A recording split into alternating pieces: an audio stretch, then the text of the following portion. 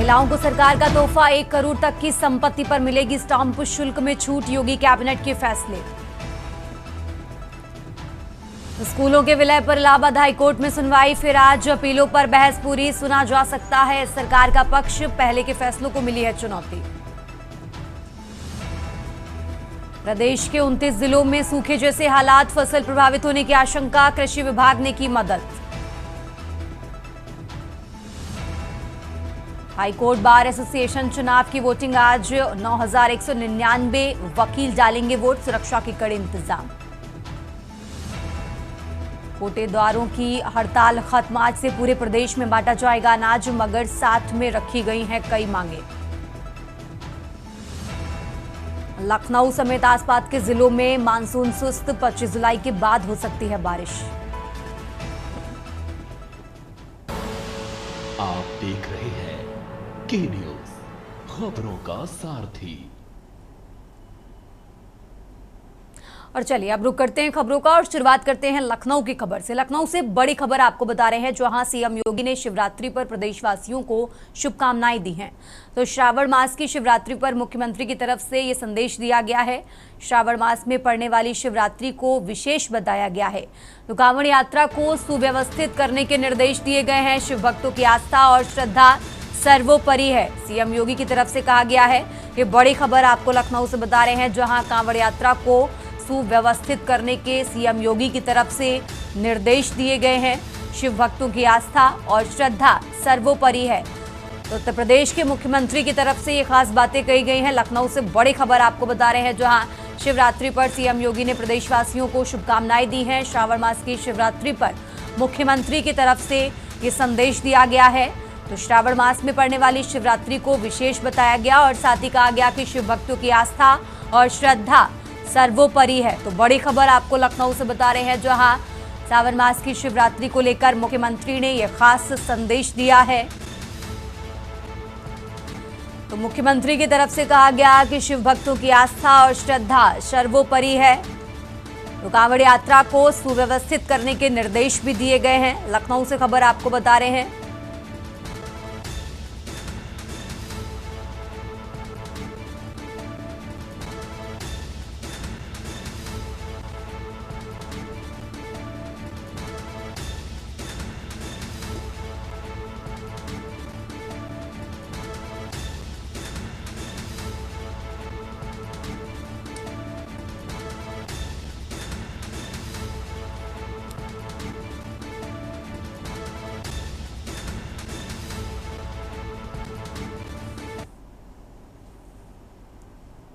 आगे बढ़ते हैं खबरों में। लखनऊ से एक और खबर आपको बता रहे हैं, जहां वजीरगंज क्षेत्र में बड़ा हादसा टला है।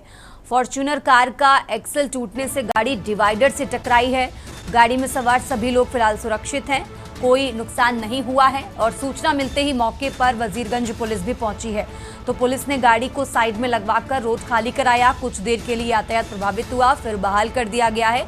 तो समय पर पहुंची पुलिस ने ये मोर्चा संभाला है। लखनऊ से खबर आपको बता रहे हैं, जहां इस हादसे में फिलहाल कोई जनहानि नहीं हुई है। लखनऊ से अहम जानकारी आपको बता रहे हैं, जहां कुछ देर के लिए यातायात प्रभावित जरूर हुआ, लेकिन फिलहाल स्थिति नियंत्रित कर ली गई है। तो समय पर पहुंची पुलिस ने ये मोर्चा संभाला है। लखनऊ से खबर आपको बता रहे हैं, जहां वजीरगंज क्षेत्र में बड़ा हादसा टला है।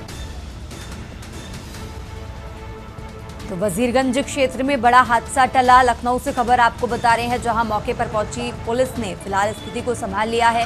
फॉर्च्यूनर कार का एक्सल टूटने से गाड़ी डिवाइडर से टकराई और गाड़ी में सवार सभी लोग सुरक्षित हैं और कोई जनहानि नहीं हुई है। आगे बढ़ते हैं खबरों में और उत्तर प्रदेश की खबरों में अब बात कर रहे हैं बरेली की। बरेली से खबर आपको बता रहे हैं, जहां डीएम स्कूली वाहनों को लेकर सख्त निर्देश दिए गए हैं। परिवहन सुरक्षा समिति के साथ बैठक हुई, ड्राइवर और क्लीनर का सत्यापन हो, डीएम की तरफ से यह निर्देश दिया गया है। तो वाहन चालक से जुड़े सभी दस्तावेज का सत्यापन हो और साथ ही बच्चों के अभिभावकों से डीएम ने अपील की है, स्कूलों के आसपास बनवाए जाएंगे स्पीड ब्रेकर। डीएम ने देर शाम बैठक कर ये सख्त निर्देश दिए हैं। तो बरेली से खबर आपको बता रहे हैं, और इसी खबर पर ज्यादा जानकारी के लिए हमारे साथ दीपक चतुर्वेदी जुड़ चुके हैं। दीपक, जिस तरीके से डीएम की तरफ से सख्त निर्देश दिए गए हैं, जो बैठक हुई है और इस बैठक में क्या कुछ पूरी जानकारी निकलकर सामने आई है, वो दर्शकों को बताइए। बिल्कुल, आपको बताना चाहूंगा कि स्कूली वाहन चालकों का ड्राइविंग लाइसेंस परिवहन विभाग से और चालक व क्लीनर का चरित्र सत्यापन पुलिस से अनिवार्य रूप से कराया जाएगा।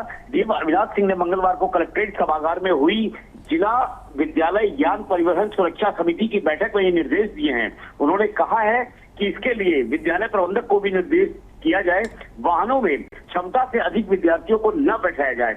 और ये भी निर्देश दिए गए हैं कि स्कूल के आसपास स्पीड ब्रेकर भी बनाए जाए, स्कूलों से संवाद स्थापित करके जो है वो सीसीटीवी कैमरे लगवाने के काम भी किए जाएं और 18 वर्ष से कम उम्र के बच्चों को स्कूटी व बाइक न दी जाए। और इस तरह से देखा गया है कि डीएम ने स्कूल के बाहर गेट के दोनों ओर सड़क पर रंबल स्ट्रैप बनवाने के निर्देश भी दिए हैं। डीएम ने यह भी निर्देश दिया है कि स्कूल से विद्यालय तक जाने या विद्यालय से स्कूल तक जाने में 1 घंटा से अधिक समय ना लगे, इसका अनुपालन अनिवार्य रूप से कराया जाएगा। जी ठीक है दीपक, बहुत बहुत शुक्रिया आपका तमाम जानकारी दर्शकों तक पहुंचाने के लिए। और ये बरेली से खबर आपको बता रहे हैं, बरेली से अहम जानकारी आपको बता, जहां डीएम ने सख्त निर्देश दिए हैं और साथ ही बच्चों के अभिभावकों से भी अपील की है।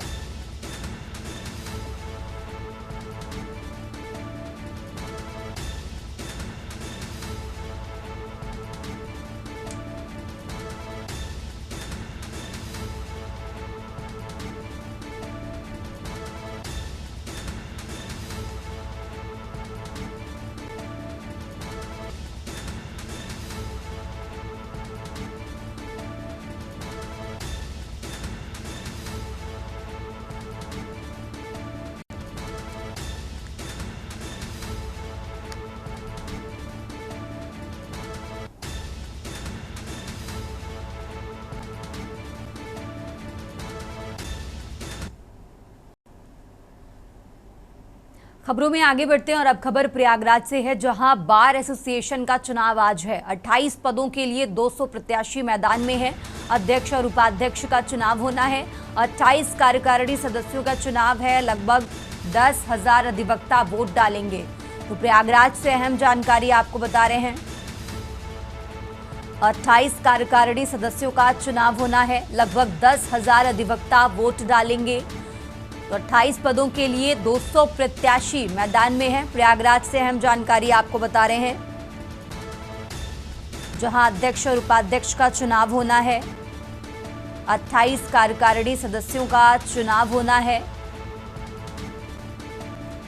लगभग 10,000 अधिवक्ता वोट डालेंगे। और इसी खबर पर ज्यादा जानकारी के लिए हमारे साथ मधुर दरबारी जुड़ चुके हैं। मधुर, आज बार एसोसिएशन का चुनाव है, क्या कुछ जानकारी इसको लेकर, कैसी तैयारियां चल रही हैं? मधुर, देखिए, इलाहाबाद हाईकोर्ट बार एसोसिएशन का आज चुनाव हो रहा है और करीब 9 बजे से लेकर शाम को 5 बजे तक वोटिंग चल रही है।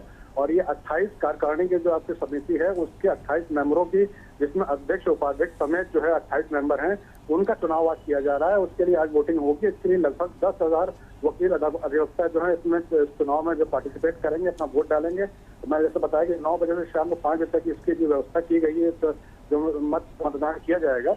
तो इसके लिए मैं आपको बता दूंगा, जब प्रयागराज जो है वहाँ के जो पूरा प्रशासन इसको लेकर बहुत एकदम संजीदा है और उसकी तैयारियां बहुत मुस्तैद तरीके से की गई हैं। जो आपको 30 तरीके की सुरक्षा के समझ इसका बनाया गया है। इसके लिए जो मैं आपको बता दूं कि इलाहाबाद हाईकोर्ट का जो फ्लाईओवर चल रहा है, जहाँ पे इसके जो नई जो अधिवक्ताओं का जो अभी चैम्बर हुआ है, वहीं पे इसकी वोटिंग की जाएगी। तो वहाँ से हनुमान मंदिर तक पूरा जो वहाँ पर पुलिस उसको बिल्कुल छावनी में कन्वर्ट कर दिया गया।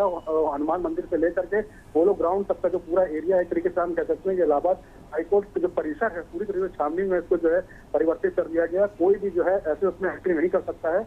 और सबसे बड़ी बात मैं आपको बता दूं, जो अधिवक्ता है वो भी इस तरीके से एंट्री नहीं कर पाएंगे अनटिल अनलेस उनके पास, जब तक कि वो अपनी ड्रेस में ना हो, पूरी फुल ड्रेस में होना चाहिए। उसके साथ साथ उनका परिचय पत्र होना चाहिए, तभी उनको जो है वहाँ पे एंट्री मिलेगी। तो इसके साथ साथ मैं आपको बता दूंगी, जो 28 कार्यकारिणी जो सदस्य हैं, इनका जो चुनाव आज होने जा रहा है, इसमें करीब एक अध्यक्ष है और एक उपाध्यक्ष का भी इसमें चुनाव होना है। और जिसका मैंने बताया कि प्रयागराज प्रशासन में जो आला अधिकारी हैं, चाहे वो डीएम हो, कमिश्नर हो, SSP SP सब पूरा आला पूरा जो यहाँ का प्रशासन है उसको पूरी तरह से मुस्तैदी से यहाँ पे तैयारी कर रहा है। उसको यहाँ पे पूरा यहाँ पे चारों तरफ उसको चेकअप किया गया है और 4 तरीके यहाँ पे इसके किए गए हैं। अब तो मैंने आपको बताया कि जो नया अधिवक्ता वहाँ पे चैम्बर बने वहीं पे इसकी वोटिंग होनी है, तो उसको लेकर के जैसे मैंने बताया कि चारों तरफ से उसको जो है कवर किया गया, पूरी तरह सील कर दिया गया, पूरी तरह छावनी में कन्वर्ट कर दिया गया है। और खास तौर से जो अधिवक्ता उनको भी डायरेक्शन दिए गए हैं कि वो भी पूरे अपने डेकोरम में पूरा अपने उसमें आएंगे और अपने पूरे ड्रेस में आएंगे। उसके साथ साथ जो परिचय पत्र उनका है उसके बिना उनको जो उसमें एंट्री भी मिली जाएगी और बिना एंट्री के अलावा उसके जो वोटिंग या मतदान का जो उसका अधिकार है वो तभी मिलेगा जब वो जो है आई कार्ड लेकर के आएंगे और फुल ड्रेस में आएंगे। ठीक है मधुर, बहुत बहुत शुक्रिया आपका तमाम जानकारी दर्शकों तक पहुंचने के लिए।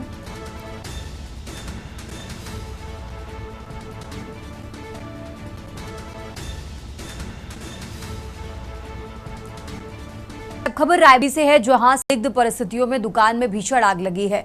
आग देखकर आसपास के लोगों में हड़कंप मचा है। स्थानीय लोगों ने फायर ब्रिगेड को फिलहाल सूचना दी है, तो फायर ब्रिगेड की टीम ने आग पर काबू पा लिया है। दुकान पूरी तरह जलकर राख हो गई है। शॉर्ट सर्किट आग लगने की वजह बताई जा रही है। कोतवाली क्षेत्र महाराज टैक्सी स्टैंड का ये मामला आपको बता रहे हैं। रायबरेली से खबर आपको बता रहे हैं, जहां फिलहाल आग पर काबू पा लिया गया है। महाराजगंज टैक्सी स्टैंड का मामला है। आगे बढ़ते हैं खबरों में। अब खबर बरेली से है, जहां करोड़ों की ठगी कर फरार हुआ सराफा कारोबारी। नकदी और सोना चांदी लेकर फरार हुआ है। 200 से ज्यादा लोग शिकार बने हैं। तो आरोपी अंकित ज्वेलर्स नाम से दुकान चलाता था। कारोबारी कमेटी का भी संचालन करता था। लोगों से नगद और जेवरात ले रखे थे। 200 से ज्यादा महिलाएं और पुरुष इस ठगी का शिकार हुए हैं। फिलहाल आरोपी की तलाश जारी है। थाना सुभाष नगर का ये मामला आपको बता रहे हैं। तो बरेली से खबर आपको बता रहे हैं, कारोबारी का संचालन करता था। लोगों से नगद और जेवरात ले थे। थाना सुभाष नगर का ये मामला आपको बता रहे हैं, जहां 200 से ज्यादा महिलाएं और पुरुष इस ठगी का शिकार बने हैं। तो फिलहाल आरोपी की तलाश जारी है। बरेली से खबर आपको बता रहे हैं।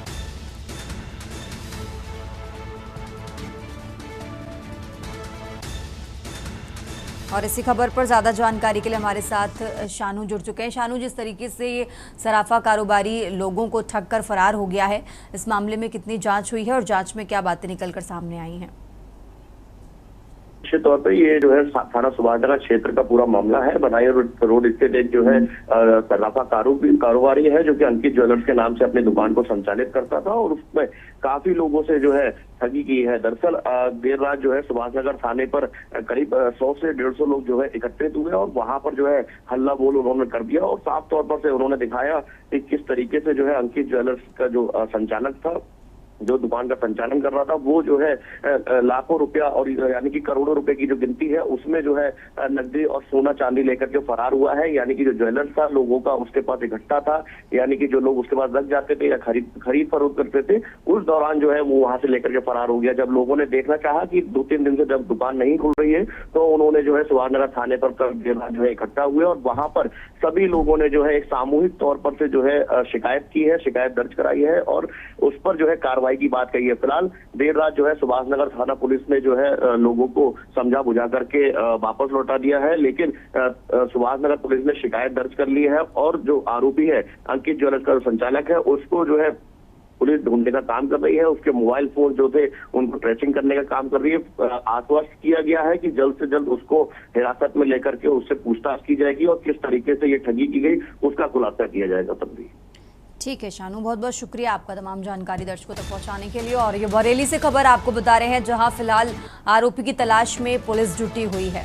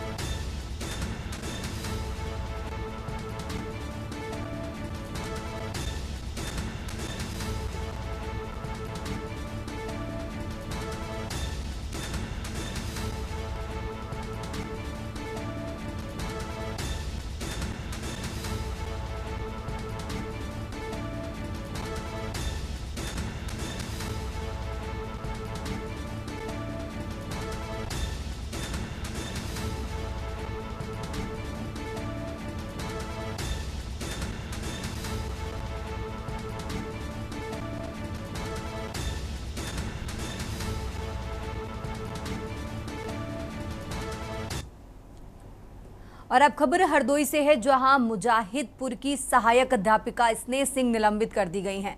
राजकीय संपत्ति गायब और दुर्व्यवहार का गंभीर आरोप लगा है।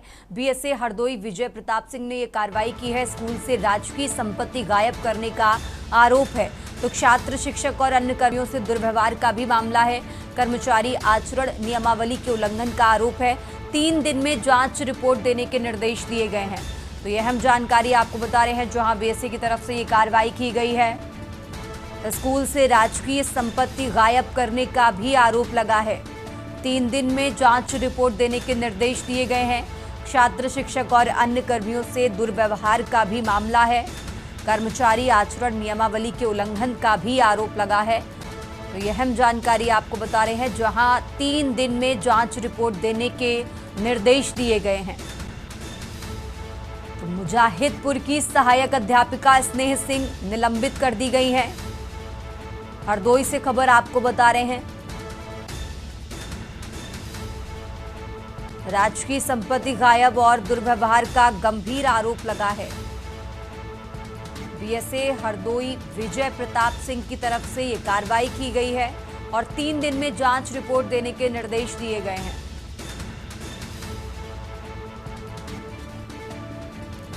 छात्र, शिक्षक और अन्य कर्मियों से दुर्व्यवहार का भी मामला है। कर्मचारी आचरण नियमावली के उल्लंघन का भी आरोप लगा है।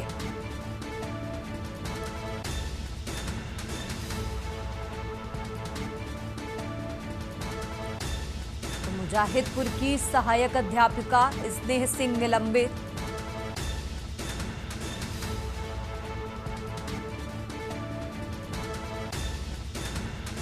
राजकीय संपत्ति गायब और दुर्व्यवहार का गंभीर आरोप लगा है। और इसी के साथ आपको बता दें, बीएसए हरदोई विजय प्रताप सिंह की तरफ से ये कार्रवाई की गई है।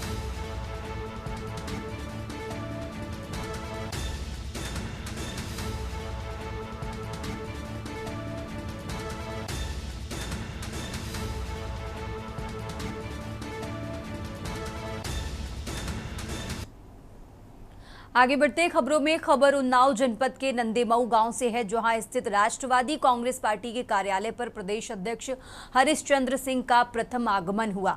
इस अवसर पर उनके साथ मनीष तिवारी एवं आनंद गुप्ता, प्रदेश महासचिव मयंक झा, प्रदेश उपाध्यक्ष भी मौजूद रहे। जिला अध्यक्ष अजय रावत ने सभी का पुष्पगुच्छ भेंट कर स्वागत किया। कार्यक्रम का आयोजन महाराष्ट्र के उप मुख्यमंत्री अजित पवार के जन्मदिन के अवसर पर किया गया था, जिसे भव्यपूर्ण तरीके से मनाया गया। इस दौरान प्रदेश अध्यक्ष हरिश्चंद्र सिंह ने संगठन के विस्तार को लेकर सक्रियता बनाए रखने का भरोसा दिया। उन्होंने सभी कार्यकर्ताओं से संगठन में मजबूती लाने का आह्वान भी किया।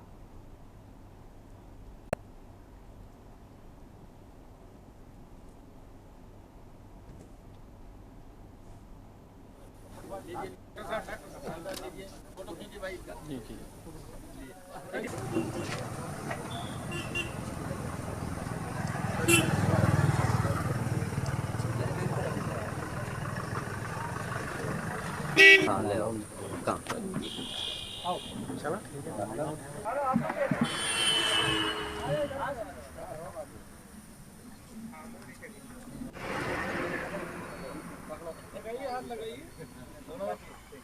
उधर देखो सामने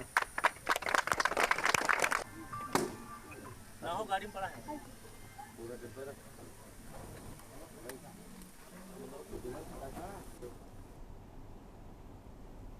खबर उत्तर प्रदेश में। फिलहाल वक्त उछला एक छोटे से ब्रेक का। आप देख रहे हैं के न्यूज, खबरों का सारथी।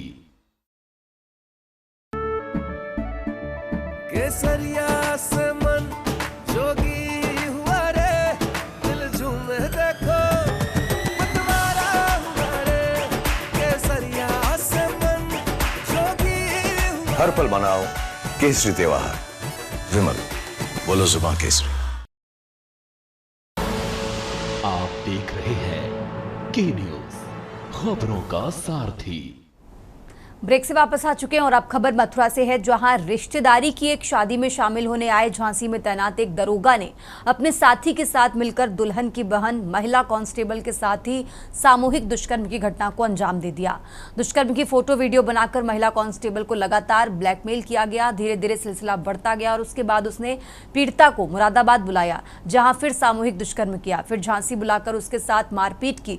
2 साल में 3 बार हुई घटना को लेकर महिला कांस्टेबल ने जमुना पार थाने में दरोगा और उसके साथी के खिलाफ सामूहिक दुष्कर्म व मारपीट का मुकदमा दर्ज कराया है। थाना जमुना पार इलाके की रहने वाली एक पीड़िता पुलिस विभाग में कांस्टेबल है। उन्होंने बताया कि 17 फरवरी 2023 की रात में उसकी बहन की शादी थी। इसमें शामिल होने के लिए झांसी के चिरगांव थाने में तैनात दरोगा रविकांत गोस्वामी आए थे। वो लक्ष्मी नगर के अनिल फार्म हाउस में कमरा बुक कराकर रुके हुए थे। रात में उन्होंने बुलाकर जूस में नशीला पदार्थ मिलाया और बेहोशी की हालत में दुष्कर्म किया। इसके वीडियो और फोटो भी बनाए। फोटो और वीडियो इंटरनेट मीडिया में प्रसारित करने की धमकी देकर 22 जून 2023 को मुरादाबाद के सिविल लाइंस स्थित होटल मिलने बुलाया। यहां भी जूस में नशीला पदार्थ मिलाकर दरोगा रविकांत गोस्वामी व उसके दोस्त दीक्षांत शर्मा ने सामूहिक दुष्कर्म किया। 12 जनवरी 2025 को झांसी के चिन्मय हॉस्पिटल में दोनों ने मारपीट की। पीड़ित महिला कांस्टेबल ने बीते सोमवार को जमुनापार थाने में पहुंचकर आरोपित दरोगा और उसके साथी के खिलाफ सामूहिक दुष्कर्म व मारपीट का मुकदमा दर्ज कराया है। रविकांत बागपत और दीक्षांत मुरादाबाद निवासी है। जमुना पार थाना प्रभारी अजय किशोर ने बताया कि मुकदमा दर्ज करके फिलहाल इस मामले की जांच जारी है।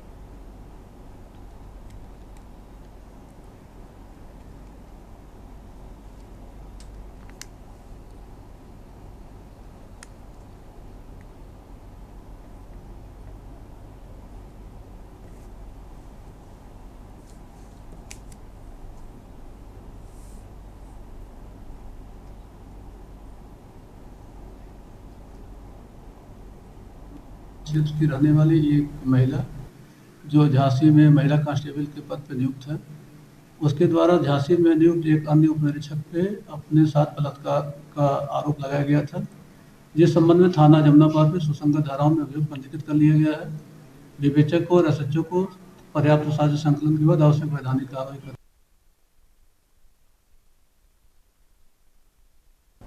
और अब बात कर रहे हैं बुलंदशहर की, जहां डीजे का कालम गिरने से कावड़िया घायल हुआ है। डॉग कावड़िए की डीजे के कालम गिरने से कावड़िया घायल हुआ। कावड़ियों ने हंगामा किया। पुलिस व्यापारियों ने कावड़ियों को फिलहाल समझाया है और इस मामले को शांत कराया। तो घायल कावड़ियों को फिलहाल पुलिस ने उपचार के बाद घर छोड़ दिया है। खुर्जा से हरिद्वार जा रही डॉग कावड़िया औरंगाबाद थाना क्षेत्र में यह हादसा हुआ है।